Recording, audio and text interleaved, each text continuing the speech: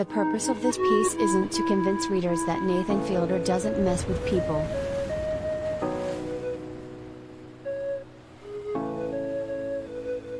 That would be a nearly pointless endeavor considering the years of well-documented proof of him doing just that.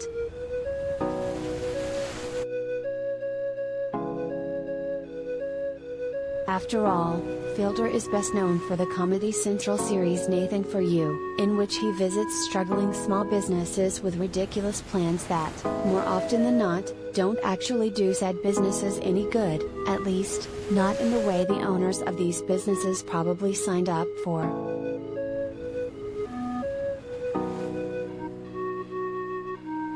It's easy, maybe, given all we've seen Fielder do, to write him off as not a particularly kind person.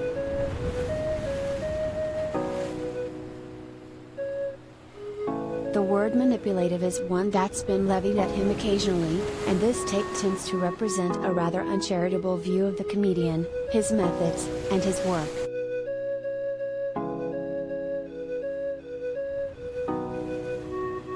But is messing with people inherently uncharitable?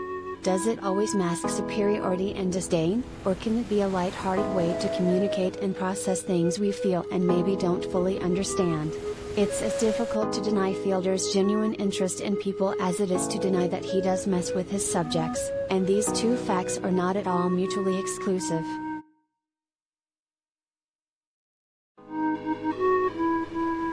Collider video of the day. Take any reality television series, or any psychological, sociological, or anthropological experiment, and there will be manipulations all over the place.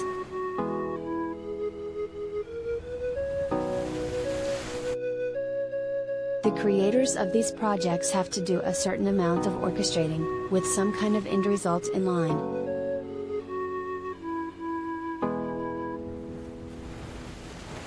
Since Fielder's most recent project, The Rehearsal, now airing weekly on HBO Max, falls somewhere between reality TV and social experiment, his path also relies on a structure that helps execute the vision for the series.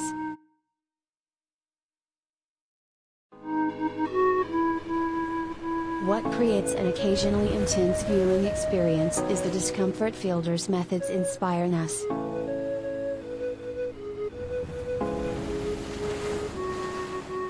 As social creatures, most of us balk at situations that fall outside the realm of what is comfortable and acceptable when other people are involved.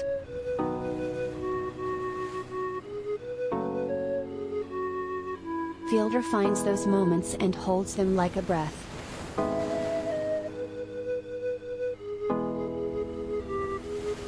It isn't unethical, just uncomfortable, but for many viewers, there is delight to be found in these moments, as well as surprisingly educational, or even occasionally emotional, revelations to be had.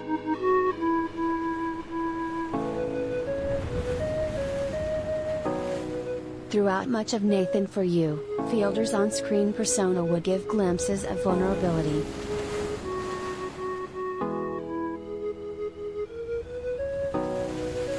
Never was this conveyed more strongly than in Finding Frances, the series finale, where Fielder accompanies Bill Gates' impressionist Bill Heath in his quest to find his long-lost love.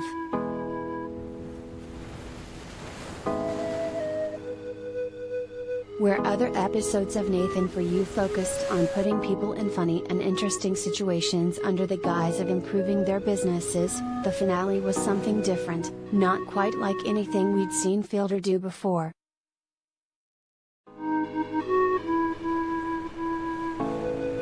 Finding Frances takes the loneliness and the desire for connection that Fielder teases throughout Nathan For You and brings it front and center.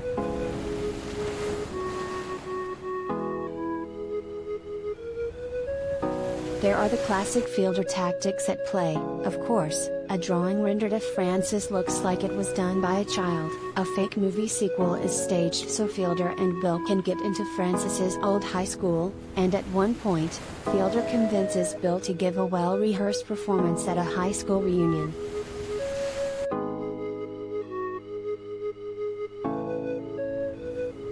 Through it all, He remains committed to Bill's wants in this journey, while reflecting on his own loneliness through a hilarious and slightly painful relationship with an escort.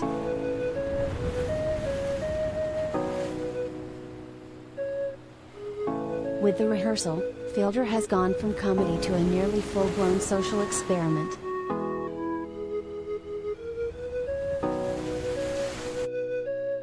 The new series is hilarious, for sure, but also imbued with more of a reflective melancholy than anything Fielder has done before.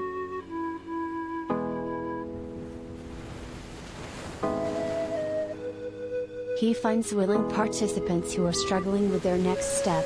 So far that's included a man who is nervous to tell his friend about a lie, a woman who wants to have children, and a man who wants to ask his brother for access to his inheritance.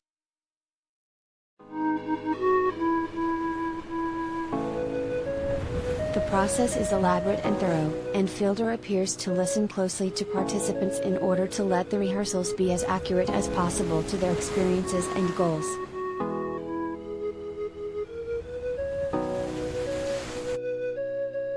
There's something incredibly sensitive about the subject matter Fielder is dealing with this time around, and he makes no attempt to ignore that.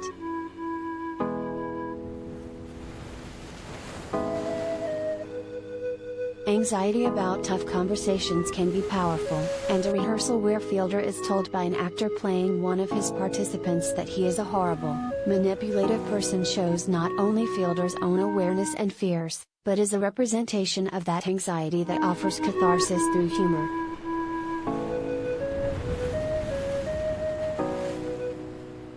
Fielder isn't making fun of people who feel anxious about social interactions. Instead, he's acknowledging how many of us feel some version of this at times, and allowing us to laugh at the idea that we can really predict what will happen, as well as at just how bad we let our worst case scenarios get in our heads.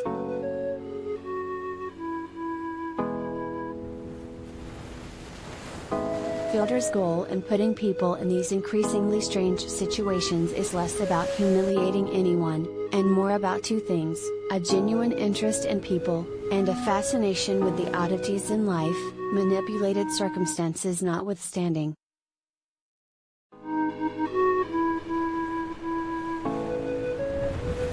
Sure, real life doesn't contain elaborate rehearsals.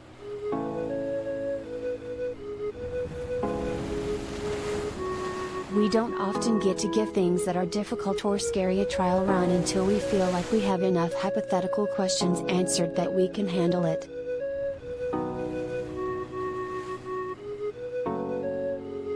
But the desire to do these things does.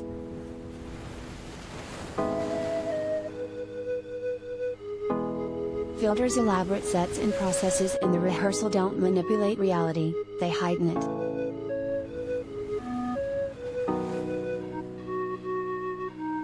Fielder builds mazes and then follows his participants through them with humor, fascination, and something surprisingly close to empathy.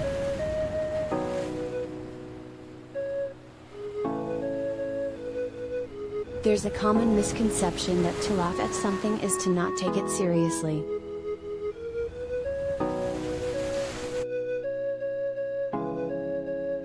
Laughing at the real people and feelings Fielder encounters can feel cynical, but it isn't, because he isn't.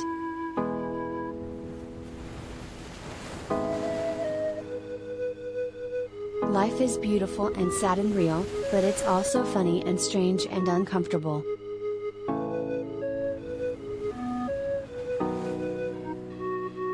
These things don't, and maybe can't, exist without each other.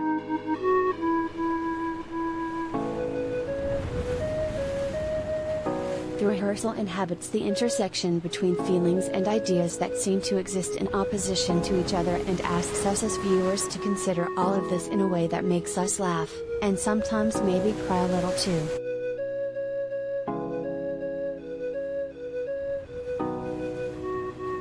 Different as they are, both are good for you.